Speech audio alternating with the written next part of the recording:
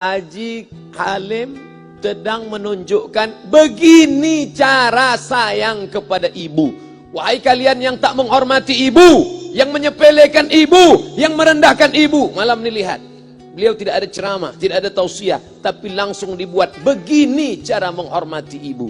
Ini sekarang banyak orang tak menghormati ibu. Berapa banyak ibu yang awalnya bantu-bantu, lama-lama jadi pembantu. Dulu dia tidak tarawih, kenapa? Karena kita menangis merengek di rumah. Sekarang di hari tuanya dia tidak tarawih juga. Kenapa? Dia menjaga cucunya. Berapa banyak itu terjadi? Jangan sampai. Dia tidak pernah menolak cucunya, dia sayang. Tapi kita yang berpikir, berapa kali dia tidak jadi sholat duha karena kita kencing di kaitnya. Berapa kali dia tidak tarawih karena kita menangis merengek sampai subuh datang. Berapa kali dia tidak iktikaf karena kita. Andai dia masih hidup hari ini, datang, belikan pakaian yang paling dia suka, belikan perhiasan kalau ada. Andai tidak cium tangannya, tapi yang sudah meninggal dunia, jangan lupa kau doakan, Rabbil firli wali walidayya warhamhuma kama rabbayani shaghira. Berdoa pun kau tak mau, apalagi yang akan kau bawa menghadap Allah SWT. Meregang nyawa dia melahirkan engkau, 9 bulan 10 hari kau menumpang di perutnya, 2 tahun kau menyusu, melahirkan, menetes darahnya dalam badanmu. Andai kau gendong dia dari Palembang, jangan sebut Palembang lah Pak, dari Pekanbaru Riau, kau gendong dia sampai ke Makkah, kembali lagi, belum tentu dapat menebus satu teriakannya saat melahirkanmu. Lalu apa yang bisa kau lakukan? Datang seorang ibu pergi ke tempat servis HP. Nak, tolong anak lihatkan HP saya rusak kayaknya. Dia periksa, ini enggak rusak bu. Terus memang anak ibu enggak nelpon. Kenapa kau tidak telepon? Datang dia ke rumah anaknya. Nah, ibu enggak ada uang mau buka puasa, bisa minjam 100.000. Apa kata si anak? Sebentar ya ma, aku tanya istriku dulu. Ini Ustaz dapat dari mana? Ada yang kirim WA grup. Jadikan ibumu seperti raja, maka rezekimu akan diberikan Allah seperti rezeki raja-raja. Bukan hadis, dapat dari grup WA. Ini ibu minta terus sholat tarawih, tapi sang anak sudah tidak bisa. Aku mau hentikan saja sholat tarawih ini, karena mau buat tenda ini tidak bisa. Tiangnya bambu, sudah bocor. Kita stop saja sholat tarawih bersama ini. Apa kata si ibu? Buatlah sholat tarawih terus, nanti Allah akan berikan engkau gedung yang besar. Dengan gedung besar itu kau akan tetap sholat tarawih. Mana gedung besar itu? Inilah dia gedung besar. Langsung dikabulkan Allah Subhanahu wa taala. Karena setelah Allah langsung orang tua. Wa qadha rabbuka alla ta'budu illa iyyah. Allah sudah wajibkan engkau menyembah Allah. Setelah Allah, wa bil walidaini ihsana. Kedua orang tua. Jangan kau lawan ibumu. Kayak anak-anakku, jangan kau lawan ibumu.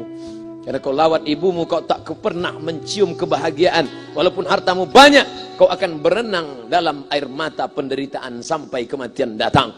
Ada pezina hidup di dunia senang, ada pecandu narkoba hidup di dunia senang, tapi orang yang durhaka tetap dapat dosanya dibalas Allah di akhirat. Di dunia coba dapat. Ustaz, kalau di akhirat dapat, di dunia dapat, untuk apa lagi di dunia? Yang di dunia itu DP-nya. Nanti di akhirat akan kau dapatkan cash-nya. Oleh sebab itu jangan main-main dengan ibu. Datang seorang laki-laki, ya Rasulullah, izinkan aku mati syahid. Karena orang yang mati syahid itu tidak akan merasakan sakratul maut illa kal qars, seperti cubitan pada tangan.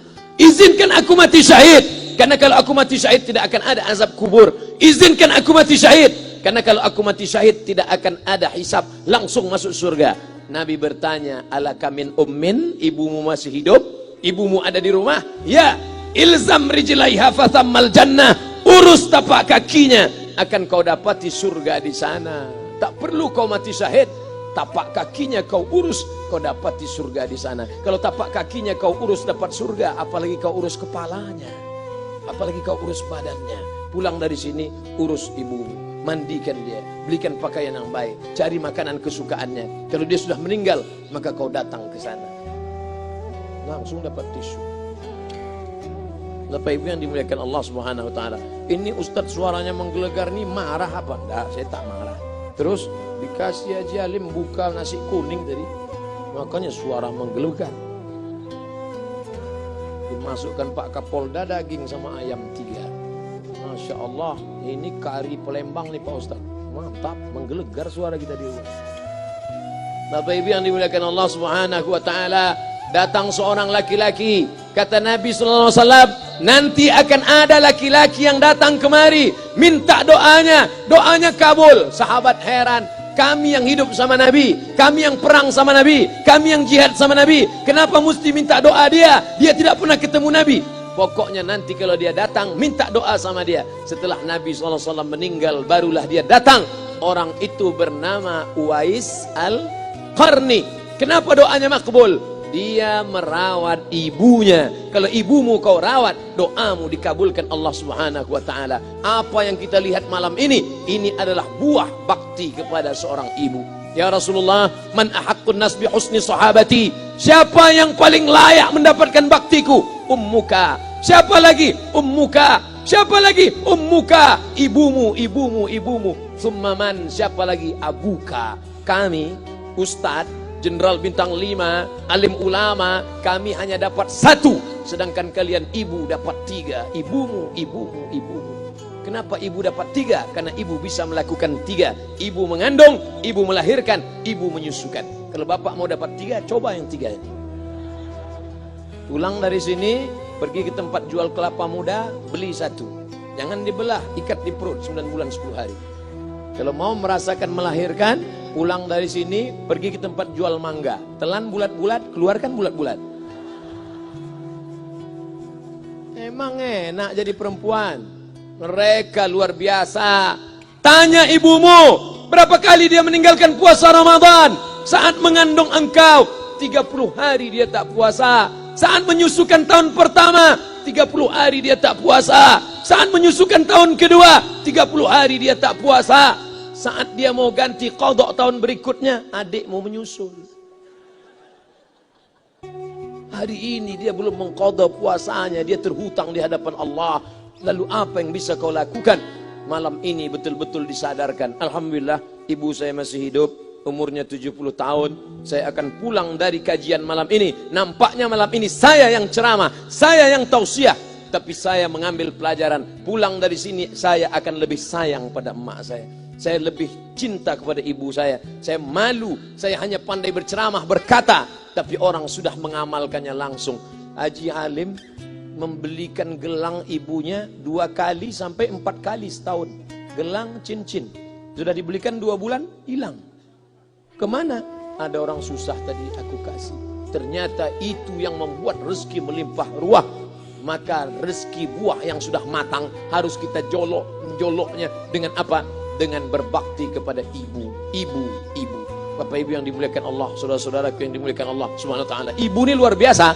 Sampai-sampai ibu, Ustaz jangan nunjuk pakai tangan kiri lah. Oke, pakai kanan. Ibu, andai ngomong ibu salah, tetap dikabulkan Allah Subhanahu wa taala. Ada seorang ibu memanggil anaknya, "Ya Juraij, wahai Juraij." Anaknya sedang beribadah. Ibadah pada Allah atau nyambut ucapan ibu? Allah lebih mulia, dia diam. "Ya Juraij." Dia tetap diam. "Ya Juraij." Dia tetap diam. Dia tidak jawab seruan ibunya. Sampai akhirnya ibunya berkata, apa kata ibunya? "Allahumma la tumitshu hatta turihi wujuhal mumisat." Jangan matikan Juraij sebelum matanya melihat wanita, maaf, tunasusila. Jangan matikan Juraij sebelum matanya melihat wanita tunasusila, WTS PSK, orang nakal, orang jahat. Tidak mungkin ahli ibadah matanya melihat orang jahat. Tapi takdir berkata lain. Tak lama setelah ucapan sang ibu, ada seorang WTS PSK hamil. Tidak diketahui suaminya, ditangkap, ditanya, "Siapa yang menghamilimu?" Apa kata si perempuan? "Yang menghamiliku adalah Juraij." Sampai Juraij ketika difitnah, perempuan wanita susila itu ditanya, "Siapa yang menghamilimu?" Ternyata dia berkata, "Juraij." Akhirnya mereka menangkap Juraij. "Juraij, ternyata engkau selama ini pura-pura saja menjadi pelaku ibadah. Engkau ternyata sudah menghamili perempuan ini." Mereka menghancurkan tempat ibadah Juraij. Tapi kemudian Juraij sabar. Dia katakan, "Nanti tunggu anak itu lahir, kalian baru tahu." Setelah tak lama anak itu pun lahir. Dan mereka bertanya, Mereka bertanya kepada anak kecil yang belum bisa bicara, "Ya gulam, wahai anak kecil, man abuka? Who is your father?" Siapa bapakmu? Hai anak kecil, siapa bapakmu? Juraij menusuk pusar anak itu dengan telunjuknya. Dia mau tunjukkan kepada orang ramai bahwa dia tidak salah, dia tidak pezina, dia tidak melakukan perbuatan dosa. Ya gulam, hai anak kecil, man abuka? Siapa bapakmu? Apa kata anak kecil itu? Cowboy. Ko sapi, boy penjaga sapi, pengembala sapi. Bapakku pengembala sapi. Barulah orang Yahudi tahu ternyata ra'il ghanam yang menghamili PSK perempuan jahat tadi adalah penggembala sapi. Lalu kenapa fitnah itu terjadi? Allah mengabulkan doa si ibu sebelum Juraij mati. Matanya pernah melihat wanita tuna susila. Oleh sebab itu ibu jangan sampai kalau marah sama anak memanggil anak dengan kata-kata yang tak baik. Setan, hantu. Kalaupun marah panggil dia, calon wali kota. Sini sebentar. Kalau marah betul, calon gubernur. Sini sebentar. Doa ibu dikabulkan Allah Subhanahu wa taala. Saya setahun setiap bulan Februari ceramah di Kuala Lumpur seminggu. Kuala Lumpur, Selangor, Sarawak, Kuching, kemudian Malaka, Ipoh, Negeri Sembilan. Ketika saya tausiah datang ibu-ibu makcik Malaysia. Assalamualaikum. Waalaikumsalam. Ustaz Somad. Ya. Saya nak jumpa dengan emak Ustaz. Loh, ngapa jumpa emak saya? Jumpa saya lah. Ustaz pasti dididik oleh seorang ibu. Saya ingin jumpa ibu Ustaz. Saya sangka dia mau jumpa saya. Ternyata ibu di tengah para habaib, diambil diri seorang profesor, dibalik diri seorang gubernur, wali kota, Kapolda. Di dalam diri mereka ini adalah orang-orang luar biasa, tapi dilahirkan oleh perempuan-perempuan yang super luar biasa. Betul? Mereka ini semua dibesarkan perempuan. Makanya ada ungkapan al-jannatu tahta aqdamil ummahat, surga di bawah telapak kaki ibu. Tapi ada yang mengatakan itu dulu Pak Ustadz, sekarang sudah berubah, surga di bawah telapak kaki babysitter. Karena banyak yang menitipkan anaknya kepada penitipan anak. Jangan bu, walaupun kau wanita karir, tidak seberapa itu. Tidak dapat kau tebus kehilangan masa-masa manja mereka dengan pendidikan. Ini banyak ibu-ibu sekarang sudah tidak lagi mengurus anaknya. Padahal 6 tahun pertama, the golden age, usia emas, ibu harus ikat hubungan emosional dengan anak. 2 tahun pertama, susukan. 2 tahun kedua, lompat-lompat, lari-lari, lucu-lucu. 2 tahun ketiga, mulai menghafal surat-surat pendek. Umur 7 tahun, baru dia sholat. Begitu. Sekarang banyak. 2 tahun pertama, dia titipkan ke Al-Baqarah, sapi betina. 2 tahun kedua, dia titipkan ke PAUD dan BUUD. 2 tahun ketiga, dia titipkan ke TK. Akhirnya anak putus kontak. Setelah anak remaja, baru ibunya nanya, Ustadz, kenapa anak saya lebih mau curhat sama pacarnya daripada sama saya? Karena anak sudah lost contact, putus hubungan dengan ibu.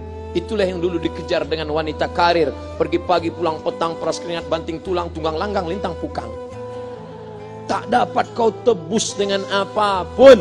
Oleh sebab itu, kalau kau sayang kepada mereka, besarkan mereka. Nanti setelah dia SMP, kau tetap bisa berkarir, tetap bisa apapun. Tapi usia emas ini tetap jaga mereka. Di balik anak-anak yang luar biasa, ada ibu yang luar biasa. Di mana letak ibu luar biasa itu? Inilah dia, ibu-ibu semua insya Allah. Amin.